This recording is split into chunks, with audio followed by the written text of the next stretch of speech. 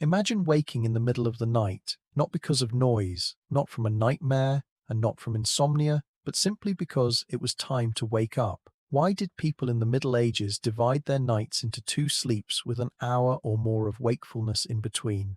In this video, we'll explore what they did in those quiet candlelit hours and what it reveals about their work, their faith, and their fears. In the pre-industrial world, the idea of sleeping straight through the night was unusual. For much of human history, from ancient civilizations through the Middle Ages and well into the early modern period, people followed a pattern historians now call first sleep and second sleep. The first sleep began not long after sunset, often in the early evening during the long nights of winter. This was a deep restorative rest lasting about 3 to 4 hours. Then, without alarm clocks or urgency, people would wake naturally in the middle of the night. This wasn't considered strange. Historical records from court documents, diaries, and even medical texts casually refer to the first sleep and the second sleep as if everyone knew what they meant. A 16th century French physician, for example, wrote that the period between these sleeps was the best time for study and reflection. In English literature, you can find characters who awoke after first sleep before going about their business. Even early Roman writing suggests a similar rhythm existed in antiquity. It's important to understand that this wasn't a marginal or rare phenomenon, whether you were a farmer in Dural England, a merchant in Florence, or a monk in a monastery. The two sleep systems shaped your night. While details varied by culture and climate, the principle remained the same. Sleep came in two installments with a pocket of wakefulness in between. Today, that middle of the night alerts might feel like insomnia, but for the people of the Middle Ages, it was simply part of life. In fact, it was a time many valued, a breathing space in the middle of darkness when the world was quiet and the pace of life slowed to a whisper. Before the invention of electric lighting or even widespread street lamps, nighttime was shaped entirely by the sun, the moon, and whatever dim sources people could create. In a medieval village, once the sun set, true darkness settled in. Houses might have a small fire burning or a candle or two, but these lights were expensive to maintain. For most, the night meant shadows and silence. This absence of artificial light influenced the body in ways we now understand better. Without bright illumination to trick the brain, melatonin, the hormone that regulates sleep, surged earlier in the evening. People naturally became sleepy not long after nightfall, especially in winter when darkness could last 14 hours or more. It made sense to divide that long stretch into two manageable blocks of sleep rather than one unbroken period. The seasonal cycle reinforced this pattern. In winter, first sleep might start soon after supper, well before 9 p.m. because the night was so long. In summer, with its shorter nights, the pattern could shift, but the habit remained familiar. This darker, slower-paced world meant time moved differently. The hours after sunset were precious for winding down, eating, and securing the household for the night. Once asleep, the body rested until that natural wakefulness arrived, a pause in the middle of the night that felt as ordinary as breakfast in the morning. In a society without electric clocks or shift work, the body's rhythm aligned closely with nature, and in the deep quiet of the medieval night, people embraced a sleeping pattern that felt not like a disruption, but like the natural order of things. The first sleep began soon after the last embers of daily activity faded. In the Middle Ages, this often meant bedtime, came just a short while after sunset, especially in the long nights of winter. The evening meal, typically the heaviest of the day, had been eaten. Household chores were finished, and doors were barred against the cold and the dark. Families might gather briefly by the fire, sharing conversation, prayers, or quiet tasks like mending clothes, but the day's physical labor and the pull of early darkness made eyelids heavy. Beds varied widely in comfort. A peasant might sleep on a straw mattress stuffed into a wooden frame, often shared with family members for warmth. Nobles had feather beds, heavier blankets, and sometimes canopies to trap heat. Whether in a thatched cottage or a stone manor, the night's first rest lasted about 3 to 4 hours. This first sleep was considered the deepest and most restorative part of the night. Modern scientists would recognize it as the period when the body cycles through slow-wave sleep, repairing tissues, consolidating memories, and replenishing energy. People did not wake groggy when the first sleep ended. They woke naturally, as if a switch had been flipped, and in this rhythm, waking was not a disruption, but an expectation. The household would stir softly in the darkness, voices kept low, embers coaxed into flame again. What came next? The mysterious wake flowers between sleeps was a defining feature of medieval nights. When the first sleep ended, the household entered a liminal space, neither fully night nor morning, neither work nor rest. People awoke without urgency, as if guided by an internal clock set to the pace of the sun and seasons. The darkness beyond the window was unbroken, yet inside, small lights glowed, the flicker of a candle, the faint orange of a rekindled hearth. This was a time of quiet industry and private rituals. Some prayed, believing midnight hours to be especially sacred. Religious manuals and sermons encouraged worship during this stillness, suggesting that God was more attentive in the deep silence. Others tended to practical needs, adding wood to the fire, checking animals in the barn, or tending to children who needed feeding. Mothers especially used this time for nursing infants. It was also a time for reflection. Without the distractions of daylight, thoughts often turned inward. People might recall dreams, ponder problems, or make plans for the day ahead. In some cases, neighbors visited one another. The roads were dark, but in close-knit villages, a nearby candle could be a welcome invitation. And quietly, this hour also offered privacy for intimacy between couples away from the rush of daily work.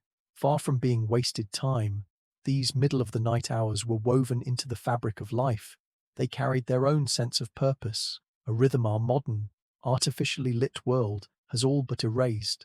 After an hour or more of quiet wakefulness, people returned to their beds for the second sleep. This final stretch carried them from the deep of night into the first pale light of dawn. Unlike the first sleep, which was heavy and restorative, the second was often lighter, drifting between dreams and half-awareness. Still, it was valued as an essential part of rest, allowing the body and mind to ease into the day ahead. In rural communities, the timing of the second sleep often depended on the season. In winter, it could last until well after sunrise, giving farmers extra warmth before braving the cold. In summer, it ended earlier, as work in the fields began with the first glimmers of daylight. The village rooster might serve as a natural alarm, signaling the shift from rest to labor. In towns and cities, the rhythm was more compressed. Bakers, brewers, and others whose work began before dawn sometimes cut the second sleep short or skipped it entirely. But for most, it was simply the natural conclusion to the night cycle. No guilt, no sense of oversleeping. This second rest completed a pattern that had endured for centuries. To those who lived it, the two-phase system was not a quaint tradition. It was simply how nights worked. Only with the arrival of constant artificial light and industrial work schedules would this ancient rhythm be seen as unusual. The two-sleep pattern was more than a practical response to darkness. It was also reinforced by the medical and spiritual ideas of the time. Medieval physicians, drawing on ancient Greek and Roman theories, believed that digestion, body temperature, and even mood could be affected by when and how one slept.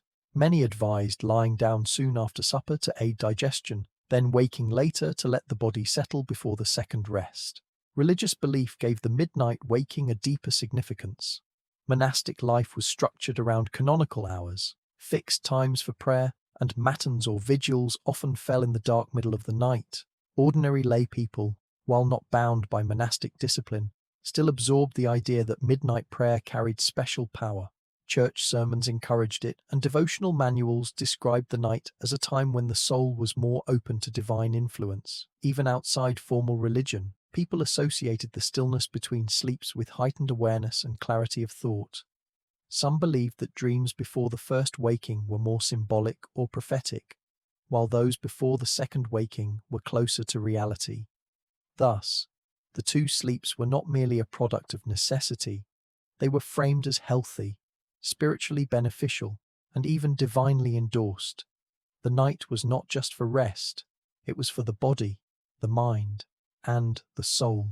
For many medieval households, the quiet interval between first and second sleep was far from lonely. In families where several people shared the same bed, parents, children, servants, or even guests, it became an opportunity to talk without the pressures of daily work. Whispered conversations could range from family matters to community gossip, the soft voices mingling with the creak of wood beams and the gentle hiss of the hearth. This was also a moment to settle disputes. In close quarters, tempers often flared during the day, especially in homes crowded with relatives or apprentices. The midnight pause offered a calmer setting, when fatigue softened anger, and the stillness encouraged measured words. In villages, those living within a short walk of one another might pay late-night visits. Such visits were usually for urgent matters, a birth, a sick animal, or unexpected danger, but sometimes they were simply for companionship. The glow of a neighbor's candle could act like a beacon, offering reassurance in the darkness. Shared beds themselves were a kind of social glue. Sleeping beside someone created intimacy, whether with family or fellow workers. The midnight waking allowed this closeness to be acknowledged, nurtured, or in some cases, kept strictly in check. The hour between sleeps then was not an empty gap. It was a time when relationships were tended quietly, when bonds were strengthened in the hush of the night. Not everyone used the interval between sleeps for rest or conversation. For certain trades, the hours after first waking were among the most productive. Bakers were perhaps the most famous example. Dough prepared the evening before needed to be kneaded, shaped, and baked in time for the morning market. This meant fires had to be lit and ovens heated well before dawn, turning midnight into the true start of the workday. Millers and their assistants sometimes worked at night as well, taking advantage of the cool, steady air for grinding grain. In winter, when the air was damp and the daylight short, night work ensured that bread and flour were ready for the following day. Watchmen, too, belonged to the world of midnight labor. In towns and cities, they patrolled streets, guarded gates, and listened for signs of fire, one of the most feared dangers of the period. Their rounds were quiet but vital, and they were among the few who saw the sleeping city under moonlight. Even in rural areas, the midnight wakefulness could be practical. Farmers might check livestock, protect against predators, or prepare tools for the next day's work. Seasonal labor, like harvesting grain before the heat of day, sometimes began in these pre-dawn hours. For these workers, the middle of the night was not a pause in life, but its engine. In the deep hours before sunrise, the medieval world was already in motion, its rhythms turning steadily toward morning. The two-sleep rhythm began to fade in the 18th and 19th centuries, a casualty of sweeping social and technological change. The first force of disruption was light, not just candles or oil lamps, but gas street lighting and later electric bulbs. For the first time in history, cities could remain awake long after sunset, and people no longer felt compelled to follow the natural darkness. Evening hours filled with theatre, coffee houses, and late-night socializing. Bedtime shifted later, compressing the night into a single continuous block of rest. The Industrial Revolution reinforced this shift. Factory work demanded punctual starts and standardized schedules. The luxury of waking in the middle of the night, drenching the body, and lingering by the hearth was incompatible with the 6 a.m. whistle of the mill. Employers needed workers alert and present for a full day, and that meant encouraging longer, uninterrupted sleep at night. Urban living also contributed. Crowded housing, thin walls, and increased noise made quiet wakefulness less appealing. As households grew smaller and the practice of bed sharing declined, the social side of the midnight hour disappeared. Without that sense of community, the wakeful gap between sleeps lost much of its purpose. By the early 20th century, most of the Western world had forgotten the concept entirely. First sleep and second sleep vanished from the common vocabulary.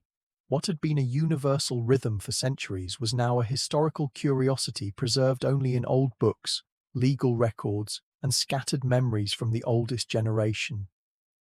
Today, Science is revisiting what the Middle Ages accepted as normal.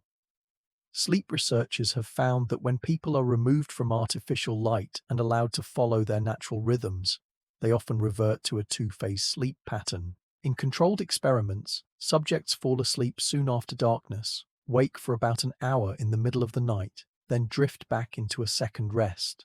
This suggests that segmented sleep may be more aligned with our biology than the modern ideal of a straight 8 hours. What we label as insomnia, waking in the night and being unable to fall back asleep immediately, may in some cases be the body's natural inclination resurfacing.